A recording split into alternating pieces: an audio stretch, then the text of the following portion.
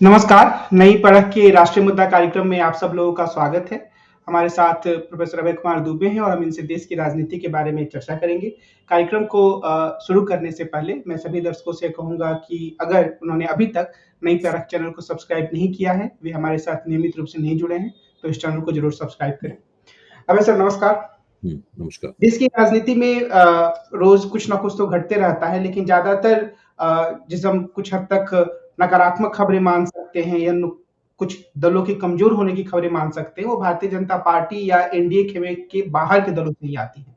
मायावती जी अक्सर जो फैसले लेती हैं वो चर्चा का विषय होता है। कभी वो अपने भतीजे को कोऑर्डिनेटर बनाती हैं, फिर कभी हटा देती हैं, कभी उनके ससुर को पार्टी से बाहर निकालती हैं और आज उन्होंने अपने भतीजे को ही पार्टी से निकाल दिया। क्या हम इस फैसले से ये संदेश ले सकते हैं कि कुल मिलाकर बहुजन समाज पार्टी एक परिवार की जागीर या एक व्यक्ति की जागीर बनकर रह गई है और जिस लिहाज से कांसीराम ने उसे शुरू किया था, अब उस रास्ते से काफी दूर जा चुकी है? देखिए, बहुजन समाज पार्टी इस समय जिस स्थिति में है और मायावती जिस तरीके से उसका संचालन कर रही हैं, उसकी केवल एक ही उपमा मुझे नजर आती है उत्तर प्रदेश की राजनीति में। आप याद कीजिए उन दिनों की जबकि अखिलेश यादव मुख्यमंत्री थे और समाजवादी पार्टी के पूरे कुनबे पर मंच पे आपस में छीछा-लेदर हुई थी। मैं उस वक्त आज तक चैनल में बैठा हुआ था और हम लोग उसकी सबकी समीक्षा कर रहे थे। एक दूसरे वहाँ मुलायम सिंह भी मौजूद थे, वहाँ राम गोपाल भी मौजूद थे, वहाँ शिवपाल भी मौजूद थे, वहाँ अखिलेश भी मौजूद थे, एक दूसरे को नीच वगैरह कहा जा रहा था। और उस घटना के बाद समाजवादी पार्टी का जो ग्राफ था इतना ज्यादा गिरा कि आप कि उस अगले कुछ वर्ष ना तो लोकसभा चुनाव में वो कुछ कर पाए, ना विधानसभा चुनाव में कुछ कर पाए। अभी पिछले विधानसभा चुनाव में, पिछले लोकसभा चुनाव से पहले तक उन्हें इंतजार करना पड़ा दोबारा उभरने के लिए। समाजवादी पार्टी इसलिए उभर पाई क्योंकि अखिलेश ने अपने आप को दुरुस्त किया। अखिलेश ने एक तरह से एक नई राजनीतिक बुद्धि और एक राजनीतिक कौशल प्राप्त किया इस दौरान, काफी उन्होंने सीखा, इसके लिए मैं उनकी प्रशंसा करूंगा। और परिवार में जो फूट पड़ गई थी वो एकता भी अखिलेश ने कायम की। उन्होंने अपने चाचा शिवपाल यादव को अपने साथ जोड़ा। शिवपाल भी समझ गए कि इधर उधर रहने से काम नहीं चलेगा, वो भी समाजवादी पार्टी में आ गए। तो परिवार में जो फूट पड़ी थी वो उन्होंने खत्म की और पिछड़े वर्ग के इसके नेता कहलाते हैं उसकी उन्होंने बड़ी एकता कायम की। विधानसभा चुनाव में जीत नहीं पाए लेकिन अच्छा प्रदर्शन किया। लोकसभा चुनाव तो उन्होंने जीत ही लिया और कांग्रेस के साथ गठजोड़ बना के। तो इस वक्त उन्होंने उस पतन से, उस गिरावट से अपने आप को उबार लिया है अखिलेश को। प्रश्न ये है क्या मायावती अपने आप को इस गिरावट से उबार पाएंगी जिसमें वो चली गई है? मुझे नहीं लगता। उसका कारण यह है कि मायावती के पास जो जनाधार है वो असली जनाधार उनके पास जाटव समुदाय के वोट है। उत्तर प्रदेश के दलित मतदाताओं में अगर 100 दलित मतदाता हैं तो उसमें करीब 65-70 जाटव जाति के मतदाता होते हैं। बाकी बिरादरियां 25-30% में आती। तो ये बहुत बड़ा मतदाता है जाटव। और दलित जो ब्यूरोक्रेसी है, दलित नौकरशाही है, उस पर भी आमतौर पर जाटव जाति के आईएएस अफसरों, आईपीएस अफसरों, पीसीएस अफसरों, इन सब का कब्जा है। वही उसके ऊपर छाया हुआ है। जो दलित सांस्कृतिक जगत है जैसे लेखक संघ वगैरह है, उसपे भी जाटव जाति के लेखक छाए हुए, उन्हीं का दबदबा है। तो ये एक बहुत ही बड़ा और शक्तिशाली राजनीतिकृत सत्ता का स्वाद चख चुका समुदाय है। और आज ये समुदाय अचंभित खड़ा हुआ है। उसकी समझ में नहीं आ रहा है कि उसकी नेता जो एक जमाने में इतनी कामयाब थी, अकेले दम पर बहुजन समाज पार्टी ने उत्तर प्रदेश में बहुमत जीता था, वो उनकी क्या स्थिति हो गई है। एक तरह का मजाक बन गया है। ऐसा लगता है कि मायावती के अपने परिवार में जबरदस्त फूट पड़ी हुई है। भाई आकाश आनंद के जो ससुर हैं अशोक सिद्धार्थ, वो एक जमाने में मायावती के बहुत नजदीकी थी। मायावती ने उनको राज्यसभा का सदस्य बनाया था। उसके बाद उनकी बेटी से जो आकाश आनंद की शादी हुई है, कोई बिना मायावती के आशीर्वाद के थोड़ी ना हुई। सुना ये जाता है कि मायावती की ही पसंद थी, उन्होंने उनकी बेटी की अपने भतीजे शादी करवाई। अब वो साफ तौर पर कहती हैं अपने ऑर्डर में, अपने आदेश में, कि ये अपने ससुर के प्रभाव में है और जिस तरह ससुर को पार्टी से निकाला गया है उसी तरह मैं इनको भी निकालती हूँ। ये सब लिखा है उन्होंने उसमें। यानी अपने परिवार के जो मतभेद हैं वो सब उनके आदेश में लिखे हुए हैं। आप सोचिए कितनी भद्दी स्थिति है। तो अब जो उनके पुराने साथी थे, वो जो नसीमुद्दीन सिद्दीकी हैं, या प्रजापति, यही पुराने साथी थे जो बहुजन समाज पार्टी में रह चुके हैं। उनमें से कई लोग खुद बता ही नहीं पा रहे हैं कि ये सब वहां क्यों हो रहा है। ओम प्रकाश राजभर ने कहा है कि पार्टी ठीक होने के लिए नेतृत्व का मजबूत होना जरूरी है, और नेतृत्व को कोई और कमजोर करेगा तो उसके खिलाफ तो कार्रवाई करनी पड़ेगी। तो ओम प्रकाश राजभर के वक्तव्य से, हालांकि वो समाजवादी, वो बहुजन समाज पार्टी में है नहीं, लेकिन बाहर खड़े होकर वो आकलन तो कर ही रहे हैं उसका, जानते तो हैं, उसकी संस्कृति से परिचित हैं। तो इसका मतलब ये है कि मायावती को कहीं लग रहा है कि उनके नेतृत्व के ऊपर कोई हमला होने वाला है, कहीं ना कहीं उनको कमजोर किया जा रहा है, यानी कोई भीतरघात हो रहा है, उनके खिलाफ किसी किस्म की कोई बगावत हो रही है, उनका तख्ता पलट दिया जाएगा, इस प्रकार की अनुभूति निकलती है इस पूरे मामले से। तो बहुत ही जो कुछ हो रहा है। अच्छा, और चुनावों में देखिए बहुजन समाज पार्टी का क्या प्रदर्शन है। चुनाव में मायावती सक्रिय नजर नहीं आती हैं, और चुनाव दर चुनाव, हर चुनाव में यही हो रहा है। ये एक आध चुनाव की घटना नहीं है। आमतौर पर उनके आलोचक कहते हैं कि भारतीय जनता पार्टी के हित के लिए ही सारे काम करती हैं, पहले उम्मीदवार तय करती हैं। बहुजन समाज पार्टी की शैली ये है कि वो 6 महीने, चुनाव के 6-7 महीने पहले ही उम्मीदवार घोषित कर देते हैं, ताकि वो लोग अपने, उनके पास काम करने का काफी समय हो। फिर ऐन मौके पे उम्मीदवारों को बदला जाता है, और उस परिवर्तन की अगर आप आकलन करें, व्याख्या करें उसकी, तो लगता है कि भाजपा के उम्मीदवारों को फायदा पहुंचाने के लिए वो अपने उम्मीदवारों को बदल रही हैं। कहीं लगता है कि मुसलमान वोट काटने के लिए उन्होंने मुसलमान खड़ा कर दिया है, कहीं लगता है कि यादव वोट काटने के लिए उन्होंने यादव को खड़ा कर दिया है। इस तरीके से सारा काम कर रही हैं। अच्छा, आकाश आनंद को दूसरी बार निकाला गया है, दूसरी बार दंडित किया गया है। पहली बार जब उनको अपने उत्तराधिकारी के पद से हटाया था मायावती ने, तब तो आकाश आनंद की गलती केवल ये थी कि उन्होंने भारतीय जनता पार्टी के खिलाफ एक जोशीला भाषण दिया था, 2-3 जोशीले भाषण दिए थे भाजपा के खिलाफ। भाई, अगर आप भाजपा के खिलाफ चुनाव लड़ रहे हैं तो उनके खिलाफ जोशीले भाषण नहीं देंगे तो किसके खिलाफ जोशीले भाषण देंगे? ये सब स्थिति बहुत अफसोसनाक है, देख के बड़ा दुख होता है कि दलित समाज की इतनी बड़ी पार्टी बनी, उसकी उत्तर प्रदेश की राजनीति में और देश की राजनीति में उसकी एक महत्वपूर्ण भूमिका थी। मायावती के बारे में माना जाता था कि अगर इसी तरीके से ये आगे बढ़ती रही तो एक दिन देश की प्रधानमंत्री बनेंगी, इस प्रकार की चर्चाएं की जाती थी मायावती के बारे में। लेकिन अब हुआ क्या? अब तो स्थिति यह है कि उनके पास ना एमएलए हैं, ना उनके पास एमपी हैं, ना उनके पास वोट प्रतिशत भी लगातार उनका गिरता जा रहा है। बहुत खराब स्थिति में है इस वक्त। मायावती की जो ये राजनीति है, खासतौर पे भारतीय जनता पार्टी के केंद्र में शासन में आने के बाद, तो उसके प्रमुख जिम्मेदार कारक कौन से हैं? क्या उन्हें भ्रष्टाचार के आरोपों का डर है, या भ्रष्टाचार के मामले दर्ज कर दिए जाएंगे इसका डर है, देखिए, या फिर अंदाज इसी का लगाया जाता है जो आप कह रहे हैं। मामले दर्ज किए, पहले से उनके खिलाफ केस है ही। आपकी आमदनी से ज्यादा, आपकी घोषित आमदनी से कहीं ज्यादा आपकी संपत्ति है। ये मायावती के खिलाफ तो पहले से ही केस दर्ज है। ये केस अखिलेश यादव के खिलाफ भी दर्ज है, जहां तक मेरा अंदाज है। लेकिन अखिलेश ने इन बातों की परवाह नहीं की, और वो अपनी राजनीति को बनाने में लगे रहे। वो डरे नहीं इस बात से। पता नहीं मायावती इतनी क्यों डरती हैं। आमतौर पर नेताओं के खिलाफ इस प्रकार के मुकदमे सत्तारूढ़ दल उनको दबाव में लाने के लिए दर्ज करते रहते। जो वास्तव में जनाधार नेता के पास होता है, इस बात से डरता वरता नहीं है, क्योंकि अपनी ताकत वो वहां से प्राप्त करता है। आप देखिए, आप हेमंत सोरेन को देखिए। हेमंत सोरेन को पकड़ के जेल में डाल दिया ईडी ने। हेमंत सोरेन तो निकले बाहर, उन्होंने भाजपा को चुनाव में हरा दिया। अरविंद केजरीवाल को पकड़ के जेल में डाल दिया, मनीष सिसोदिया को पकड़ के जेल में डाल दिया। उन लोगों ने, वो चुनाव जरूर हार गए, लेकिन कोई ऐसा थोड़ी ना है कि उनका सुपड़ा साफ हो गया। वो बहुत बढ़िया चुनाव लड़े, केवल 2% वोट से पीछे हैं वो, और 22 लोग उनके जीते हैं 70 की विधानसभा में। ऐसी बात भी नहीं कि कोई अपमानित करने वाली हार हुई हो।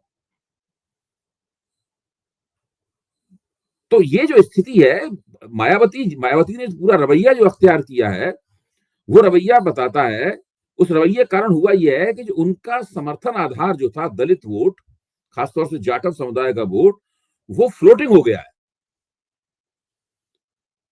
वो वोट अब इधर-उधर बिखर रहा है। कुछ कांग्रेस के जरिए समाजवादी पार्टी को मिल जाता है, कुछ वोट भाजपा में चला जाता है, बाकी बहुजन समाज पार्टी में रह जाता है। अब तो इससे बहुजन समाज पार्टी में जो वोट जाता है वो बर्बाद हो जाता है। क्या हम बहुजन समाज पार्टी की जो काम करने की शैली है, उसमें कांशीराम और मायावती दोनों के बीच में एक अंतर कर सकते हैं? कांशीराम कार्यकर्ताओं से लगातार मिलते थे, मायावती एक दूरी बनाकर रखती हैं, इस तरह की कुछ समझ हम बना कांशीराम सकते हैं? तो बिल्कुल बहुजन समाज पार्टी का जो शुरुआती दौर था, केवल उसी वक्त वो बहुजन समाज पार्टी के नियामक रहे।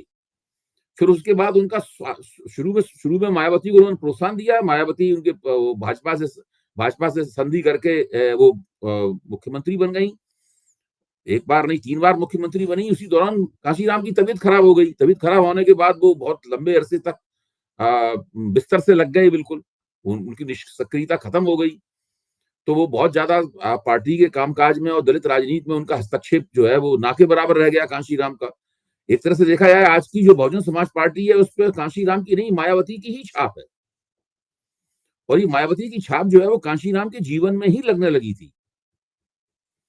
देखिए जब पहली बार समाजवादी पार्टी के साथ सरकार बनी तो उसमें बहुजन समाज पार्टी के एक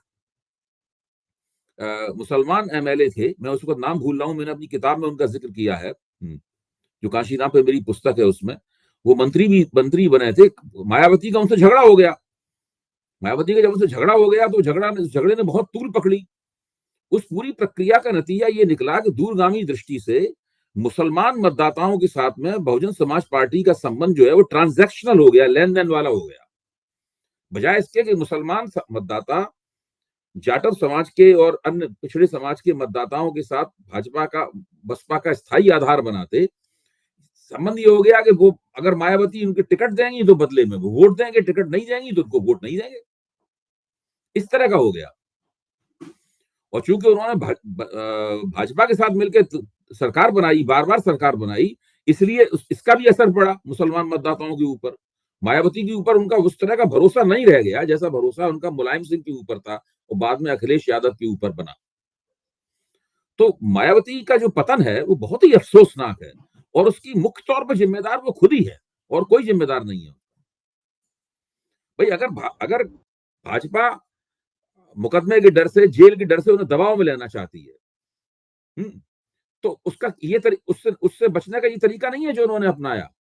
उन्हें अखिलेश से सबक सीखना चाहिए। हालांकि अखिलेश उनसे उम्र में बहुत छोटे हैं, और अखिलेश के साथ वो समझौता भी कर चुकी हैं।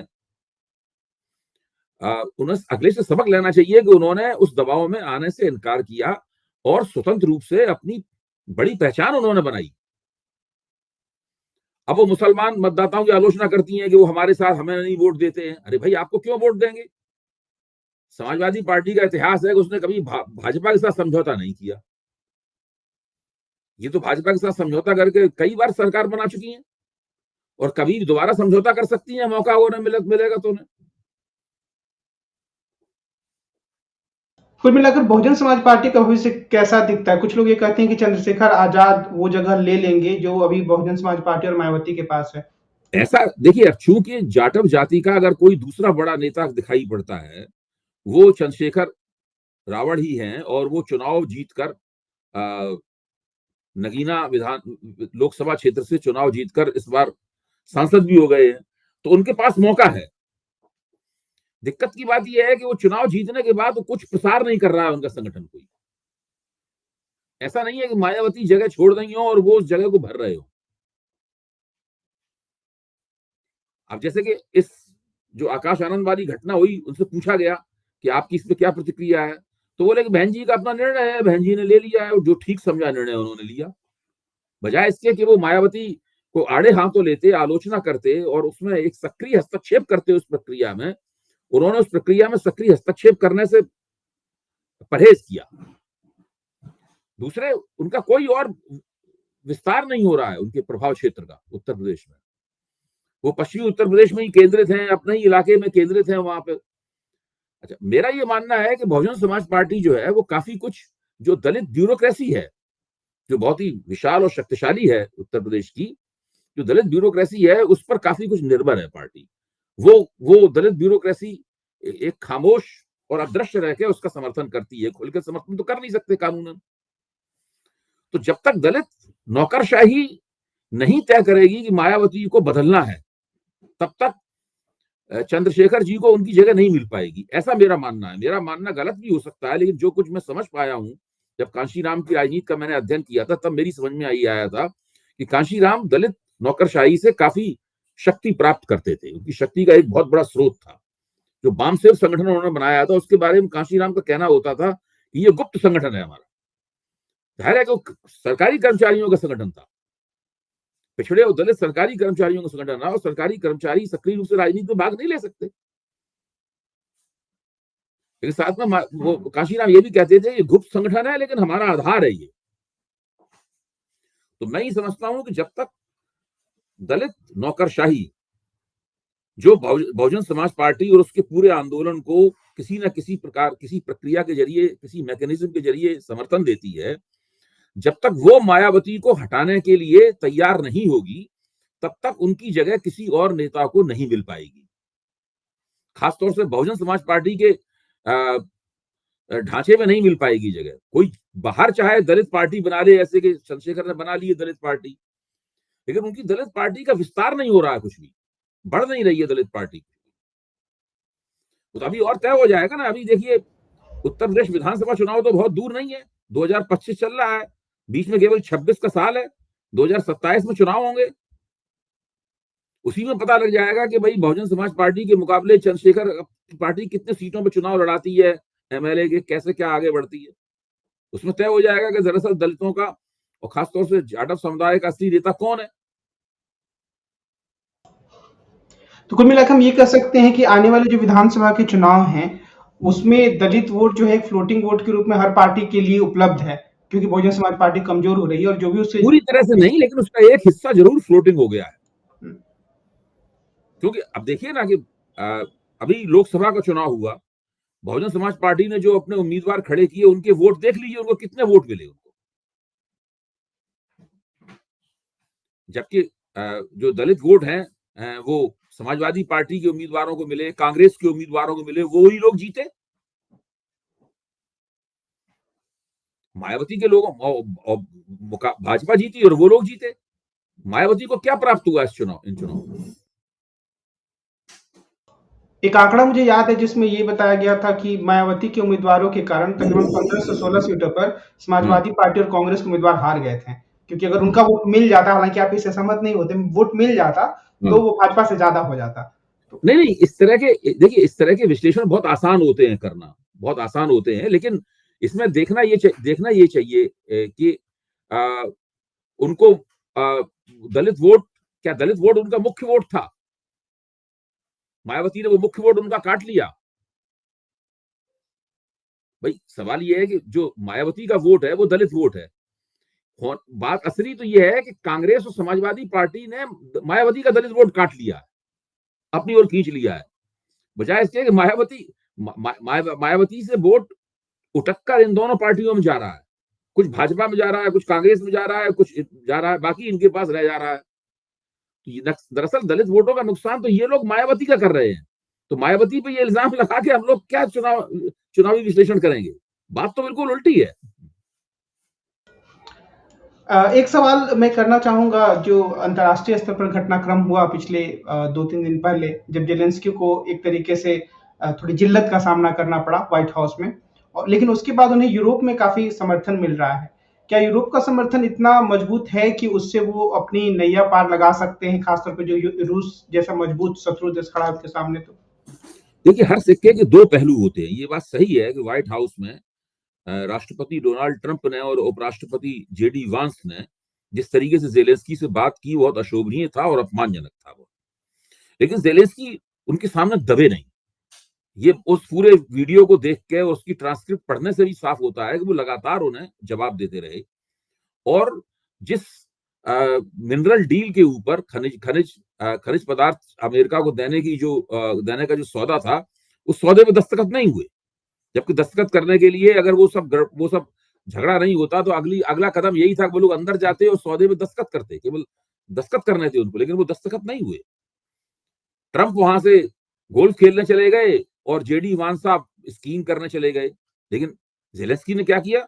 जेलेंस्की अमेरिका लौटे, वहां से वो लंदन लौटे, वो ब्रिटिश प्रधानमंत्री से मिले और उनके इर्द गिर्द पूरा यूरोप जो है वो अमेरिका को चुनौती देने की मुद्रा में गोलबंद हो गया उनके साथ।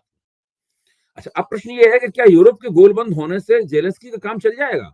क्या वो यूरोप के गोलबंद होने से पुतिन के खिलाफ युद्ध लड़ते रह सकते हैं? नहीं। ये प्रतीकात्मक रूप से बहुत बड़ी बात है, जिस तरह यूरोप द्वितीय विश्व युद्ध के बाद पहली बार अमेरिका के खिलाफ इस तरह किसी मुद्दे पे गोलबंद हुआ है, वो एक बड़ी बात है। लेकिन यूरोप के पास इतनी सामरिक शक्ति नहीं है कि वो यूक्रेन को रूस के खिलाफ युद्ध लड़वाती रहे। उसके लिए उन्हें मदद अमेरिका की चाहिए ही चाहिए। पूरे यूरोप के सभी देशों का अगर रक्षा बजट आप जोड़ लें आपस में, तो अमेरिका का रक्षा बजट उससे दोगुना है। और जितना सारे यूरोप के देशों का रक्षा बजट है, उतना अकेले ही रूस का रक्षा बजट है। तो आप इससे समझ सकते हैं कि द्वितीय विश्व युद्ध के बाद में जो दुनिया भर में बंदोबस्त बना था, उस बंदोबस्त के मुताबिक पश्चिमी यूरोप की, खासतौर से वेस्टर्न यूरोप की सुरक्षा का दायित्व तो अमेरिका संभालता था, नाटो के जरिए और इस बंदोबस्त के जरिए। अब अगर अमेरिका इस दायित्व को स्वीकार करने से मना करता है, जो एक तरह से ट्रंप मना करते हुए दिख भी रहे हैं, तो फिर यूरोप को अपनी सामरिक क्षमता स्वयं विकसित करनी होगी। और सामरिक क्षमता एक दिन में विकसित नहीं होती है,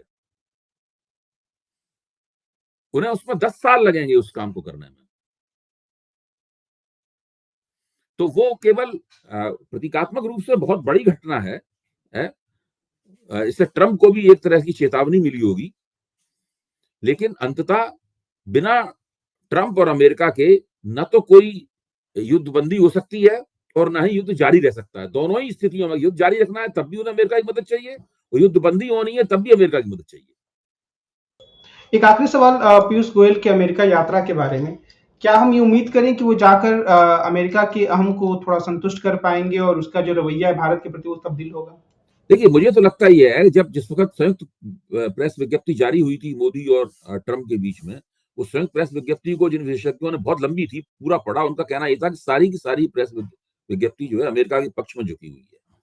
और ये जो बायलैटरल ट्रेड एग्रीमेंट होगा दोनों, वो उसके आधार में यही प्रेस विज्ञप्ति है, तो उसमें वो पूरी तरीके से अमेरिका के पक्ष में झुका हुआ होगा बायलैटरल ट्रेड एग्रीमेंट।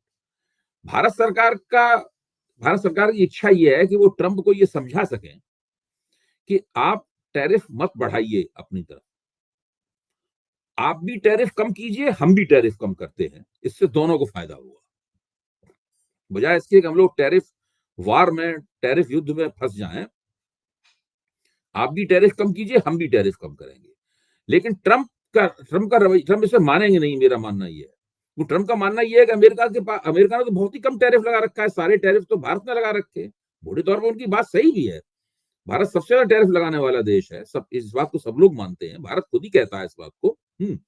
तो ट्रंप, तो मुझे लगता है कि पीयूष गोयल को एक ट्रंप प्रशासन जो है, एक उन्हें सूची देगा कि ये अमेरिकी उत्पाद है, उस पर इस वक्त आपने ये टैरिफ लगा रखा है, और दूसरे कॉलम में होगा आप टैरिफों को घटा के इतना कर दीजिए। मुझे लगता है कि वो सूची लेके भारत आएंगे और भारत को वो टैरिफ घटाने पड़ेंगे। ट्रंप उनकी ये बात नहीं मानेंगे, तो वो जब टैरिफ भारत घटा लेगा, उसके बाद में वो बायलैटरल ट्रेड एग्रीमेंट होगा, क्योंकि टैरिफ उनका राजनीतिक औजार है। ट्रंप का टैरिफ जो है वो राजनीतिक औजार है, वो उसके जरिए देशों को मजबूर करते हैं कि वो उनके साथ किस तरह की उनकी राजनीति का समर्थन करें। आज की अपनी इस बातचीत को हम इसी बिंदु पर विराम देते हैं। हम कल फिर मिलेंगे और देश की राजनीति के बारे में प्रोफेसर अभय कुमार दुबे से बातचीत करेंगे। आज की बातचीत के लिए सर आपको बहुत बहुत धन्यवाद। नमस्कार।